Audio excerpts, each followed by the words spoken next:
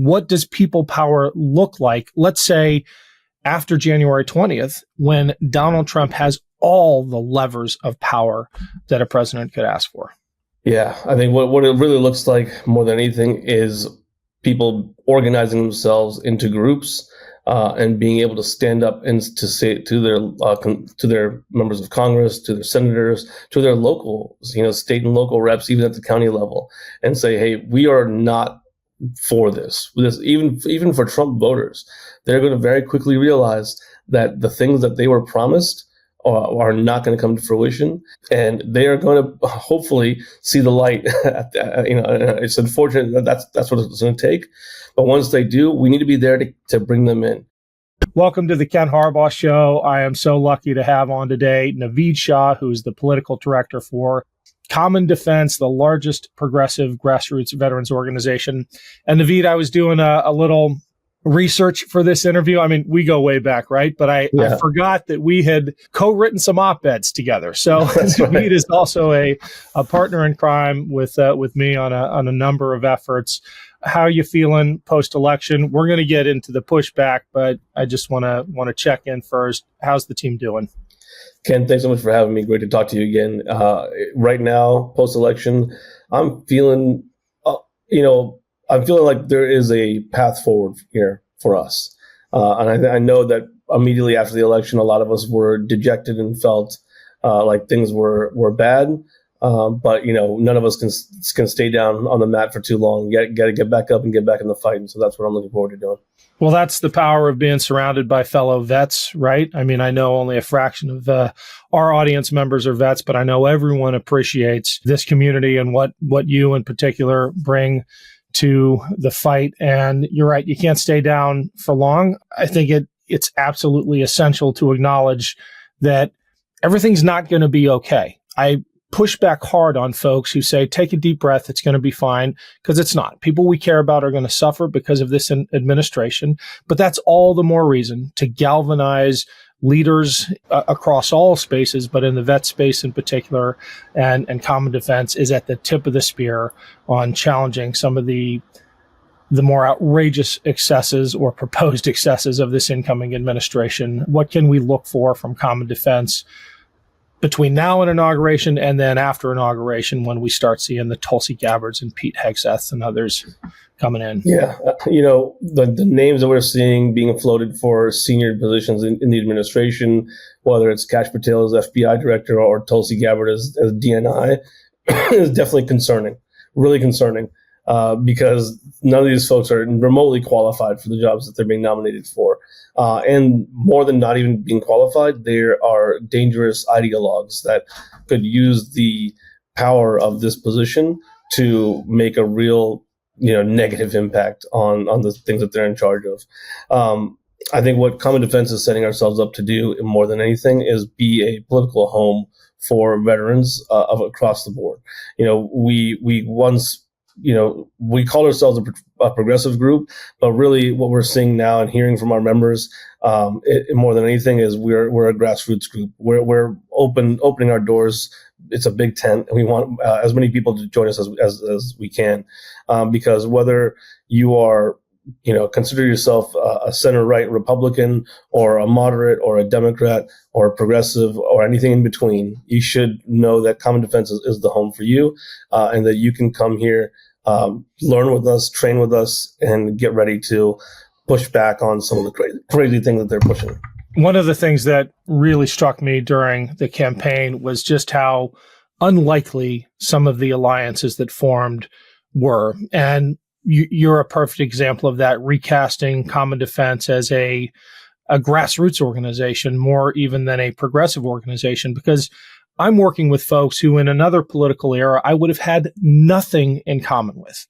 But the fact that democracy is on the line, literally, makes that the number one cause. And we can go back to fighting about the minimum wage and marginal tax rates and things like that later, because you get to have those arguments, you get to have those disagreements if the democracy works. But if the democracy fails, all of those points become moot. So I love to hear your approach to growing the tent.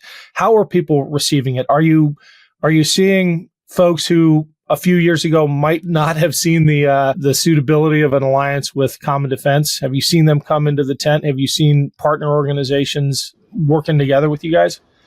Yeah, absolutely. I mean, and I think that's one of the things about this moment is that there are groups from across the board who are coming together that would never have come together before. Whether it's groups like Common Defense and Veterans for Responsible Leadership, or many others that have been out there. We've all come together because we recognize that we have our differences for sure, but I would much rather have a conversation with somebody about the minimum wage, about housing, about healthcare, that somebody that I can actually have a conversation with, somebody that I can have a spirited discussion and a disagreement with, but we're both on the same page that we ultimately want to make our country a better place, and we're in it for the American people. Looking at Trump and his administration, they're not in it for the American people; they're in it for themselves. At the end, that's it. They are not in it for helping anybody. They don't care about their voters. They don't care about their constituents. All they care about is making some more money for themselves and carving out some power for themselves and using that as their bully pulpit. If you're interested in actually building people power and helping people have access to healthcare, helping people get paid better for the work that they do, helping people be able to go to work and earn a living and have a home that they can call home, right? We're all on the same page then. We might disagree about how we get to those things, but we can talk about those if what we're facing, though, is an existential threat, because the Trump team is clearly more interested in grabbing and consolidating power than anything else. Talk to me about that people power, because we get a ton of feedback on this show from folks who say, I'm with you on the severity of this moment. I know how bad things could get, but what can we do? Give us some marching orders. What does people power look like? Let's say after January 20th, when Donald Trump has all the levers of power that a president could ask for. Yeah, I think what it really looks like more than anything is people organizing themselves into groups and being able to stand up and to say to their members of Congress, to their senators, to their local, state and local reps, even at the county level, and say, hey, we are not for this. Even for Trump voters, they're going to very quickly realize that the things that they were promised are not going to come to fruition, and that these tariffs are going to come out of their pocket at the end of the day. And they are going to hopefully see the light. It's unfortunate that that's what it's going to take. But once they do, we need to be there to bring them in. I think one big thing that I've seen on the left in the past few years is the demonization of every Trump voter as, a racist or bigot or whatnot. And I definitely hear where that sentiment is coming from. However, we can't cast, half the country, half the voters in this country in that light, because that's not the case. A lot of those voters are doing it for, economic or personal reasons. They feel like Trump is more likely to look out for them than the Democratic Party is. And that's a huge problem for the Democratic Party to figure out. We're not going to do it by casting all these people out and saying that we don't want them anymore. We do want them. We need to show them the light. We need to show them the light because it is much more of a communications issue than a policy issue. We did a story recently on this Ipsos poll, and it had a lot of research behind it, showing that if you believed disinformation about crime, immigration, and the economy, you are more likely to vote for Trump by a massive, massive margin, which is, really alarming and frustrating for a lot of reasons. It means we're losing the information war, but it gives me hope in that I would much rather fight on that battleground than have to say that everyone who voted for Trump was a bad person. I think many, perhaps the majority who voted for Trump, did not know what they were getting. They're about to, but also did it based on bad information. And part of the fault lies with us in not figuring out how to communicate the successes of the Biden administration, the dangers of a second Trump administration. Tariffs are a great example. I mean, F around and find out means we're in that phase. Yep. Yeah, especially once they start implementing the policies that they're talking about that are going to be harmful, people are going to realize that, oh, this is not what I wanted. I wanted prices to be lower. And it turns out that if you have a governmental leadership that's captured by corporate power, your prices aren't coming down. That's not what's going to happen. And even some of the corporate folks that supported Trump, when he started talking about tariffs, they're like, hold on, this is not what we meant. And they're trying to crawl that back now, but it's not going to happen. And then even the other things that some of his cabinet level nominees like RFK is talking about, replacing high fructose corn syrup and Coca-Cola with cane syrup. Those things, like, the average person does not even understand what the difference is there. And part of the reason why we use corn syrup in our Coke and not cane sugar is because of tariffs. Like, there's a whole thing here that people just need to get educated on. And you can't expect everybody to know everything, but I think a big part of the messaging from our side has to be translating this to regular people.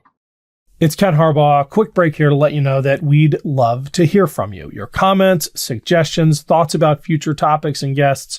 Email us at info@thekenharbaughshow.com. And make sure to rate and review us on iTunes or wherever you get your podcasts. Thanks, and back to the show. There are some people in my orbit, in our orbit, who I think out of frustration more than anything are saying, let it get real bad. Let them have Tulsi Gabbard and Pete Hegseth and RFK. It's a weird form of accelerationism, which we have studied on the right. I'm talking about the neo-Nazis and others who want society to burn to the ground so they can resurrect something in its place. I'm making that comparison because I really hate this notion of wanting things to get bad enough that people respond. I don't want things to get that bad. I think we have an obligation to push back wherever we can. How does Common Defense feel about this? Yeah, no, I definitely agree with you. I don't want things to get bad because I know it's going to be people in our own communities that are going to suffer the most. However, there is only so much we can do. Right now, the Republicans control the levers of government at every level: the House, the Senate, the presidency, and the Supreme Court. So we are going to be trying to fight back at the state and local level as best as we can. However, there are going to be certain things that the Trump administration and with the help of congressional Republicans are going to be able to push through. We're not going to be able to stop them with everything. And it's scary to think about what they could do in the next, year or two before the midterms elections. And it's a lot. Yeah. Let's talk about the midterms, because I think if history is any guide, the Trump administration is going to overreach. Democrats are going to find, and progressives, you don't have to be a Democrat, but pro-democracy forces are going to rally. I think there is potential for an historic reaction to Trump's overreach that makes even 2018 look like a blip. How are you guys looking to 2026 and beyond? Yeah, we're looking at 2026 and beyond, but looking for candidates that are willing to step up. We're looking for folks who are ready to get off the bench. And I've already heard from a couple of folks. I was just talking to another Navy guy last week, right before Thanksgiving, who said, hey, I saw what happened and I feel like I should have stepped up sooner. And for everybody who feels that way, we're happy to have you join us. I mean, it's better that you're late to the party. We're just glad that you're here now. I think that's more than anything. I'm very similar to 2016. We're seeing people who previously didn't get involved in politics are now getting interested. And I think I'm excited to see who steps up in 2026. And when you say candidates, you're not just talking about Congress and the Senate. I mean, you're talking about a full spectrum pushback against Republican policies that are hurting the people we care about. Absolutely. That's the biggest thing, as I tell people, is not everybody is going to be the next AOC, right? That's okay. Most legislating actually happens at the state or county level, right? Or your city level. That's where the most impactful policies are passed. And so if you want to have a huge impact on your community, start local. and work your way up, because there's always a possibility of you being able to work your way up from there. And there's a huge possibility that you'll have a much bigger impact on your local community, working on your county board of supervisors or your even your mayor's race than anything else.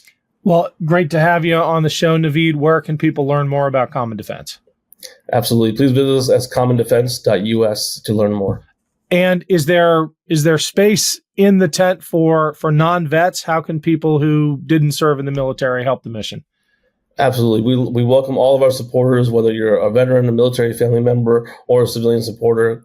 Sign up at commondefense.us and we'll send you ways to get involved. All right. We'll put a link in the show notes. Thanks, Naveed.